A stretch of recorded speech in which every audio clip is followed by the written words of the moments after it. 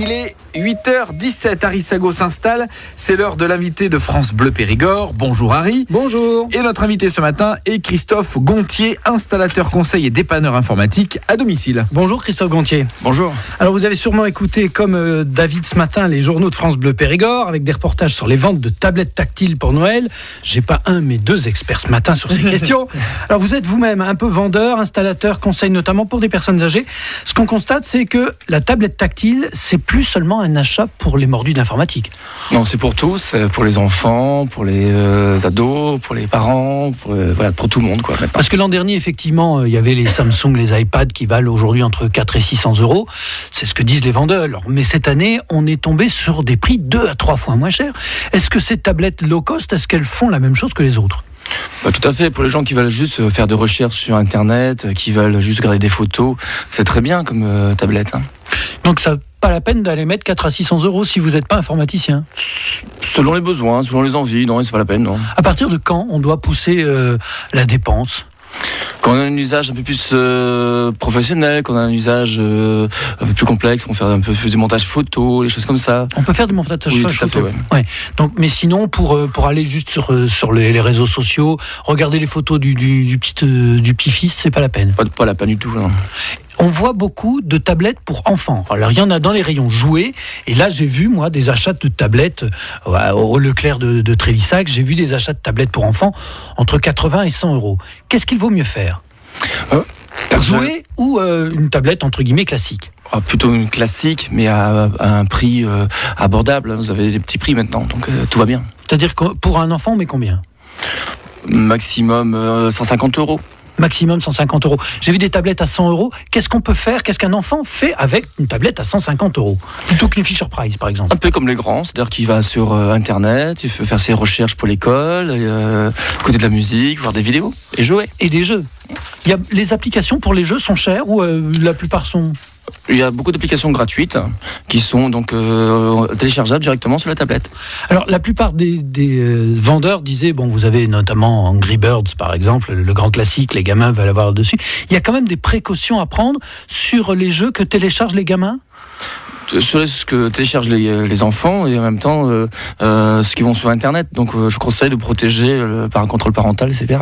Comment on protège une tablette ?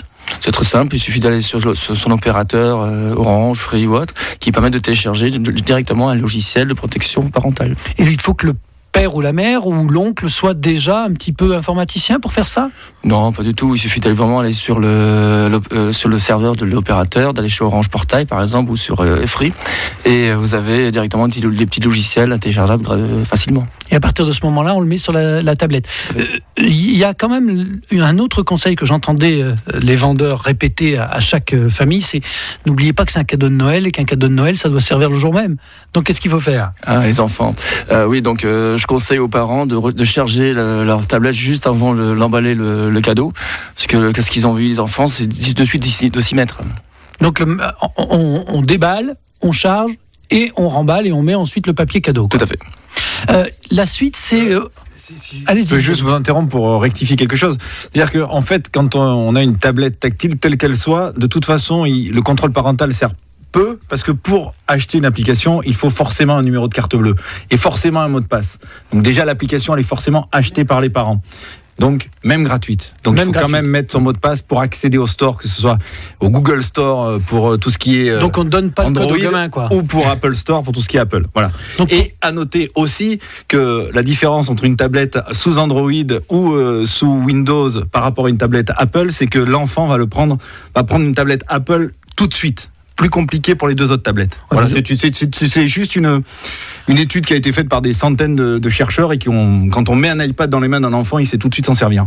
Mais bon, un iPad, ça vaut quand même dans les 400 €. Comme une tablette Samsung, comme une tablette sous Windows. Mais on n'est plus sur les tablettes à...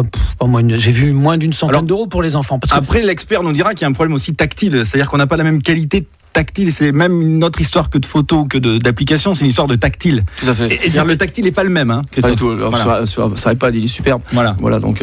Après, on paye aussi un peu la qualité, mais Christophe a raison sur le fait que quand on achète une tablette low cost, on a aussi quelque chose qui peut. Low cost. Voilà, et puis qui peut servir à débuter avec la tablette.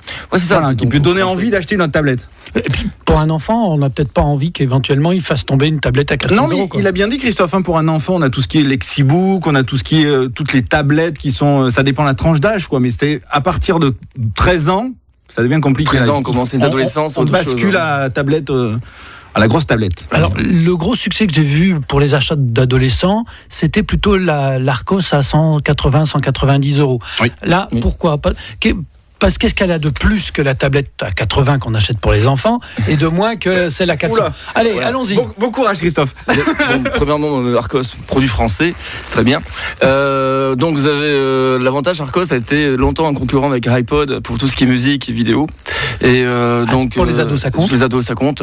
Et donc une tablette moyenne gamme qui est très bien pour les gens qui aiment les vidéos ou la musique. Mais après, il est vrai que l'iPad est beaucoup mieux niveau fluidité, niveau pour surfer. On ne doute pas qu'effectivement, en termes de qualité de fluidité, sauf que j'avais des parents qui me disaient moi, si elle le casse à 100 euros, ça va pas me faire plaisir. À 500 euros, mais à 600 500 euros, ouais. ça va pas être facile. Certains magasins proposent directement une assurance casse. Donc c'est peut-être aussi intelligent, ou aussi protéger les tablettes par des coques anti-choc.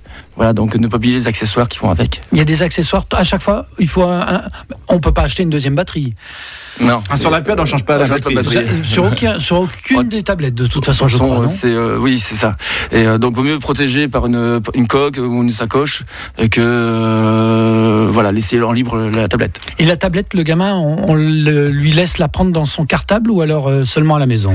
Que ça reste à la maison. À la maison. C'est tellement petit que ça peut se cacher quand même. Hein. Disons, il n'y a pas que la casse aussi, il peut se faire voler, etc. Dernier mot, l'autre nouveauté de l'année, c'est que, mais ça pas seulement pour Noël, il y a les seniors aussi qui s'achètent une tablette. Là, ils peuvent mettre un peu plus d'argent. Tout à fait. Il y a deux marques qui sortent pour ça. Il y a donc Ordissimo et Ordimimo. Oui, Ordimimo. Voilà, donc ce sont des tablettes super simples d'utilisation. Je conseille pour les seniors. Avec des grosses icônes et tout est simple. Hein, il a raison, Christophe. Hein, tout est simple, il n'y a plus qu'à appuyer, c'est génial. Et combien? Bon, ça varie, ça dépend. Il y en a entre 400 et 500 euros. Voire un peu plus des fois, parce que l'application qui est fournie coûte cher, mais avec des réductions d'impôts, etc. Voilà, et l'application gère tout. Hein. Ça peut gérer de la visioconférence pour les petits-enfants, ça gère tout. Hein. C'est vraiment exceptionnel. C'est très bien. Merci messieurs, mes deux experts ce matin sur France 2. Non, c'est lui, moi non. Merci.